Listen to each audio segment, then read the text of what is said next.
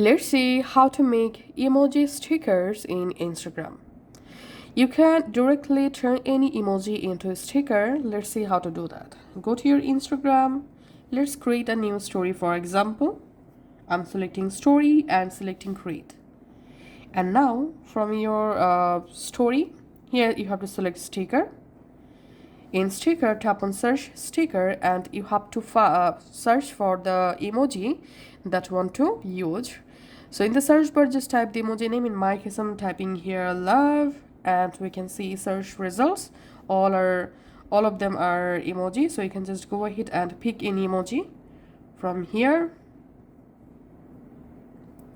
And once the emoji added, you can just go ahead and resize your emoji just like this.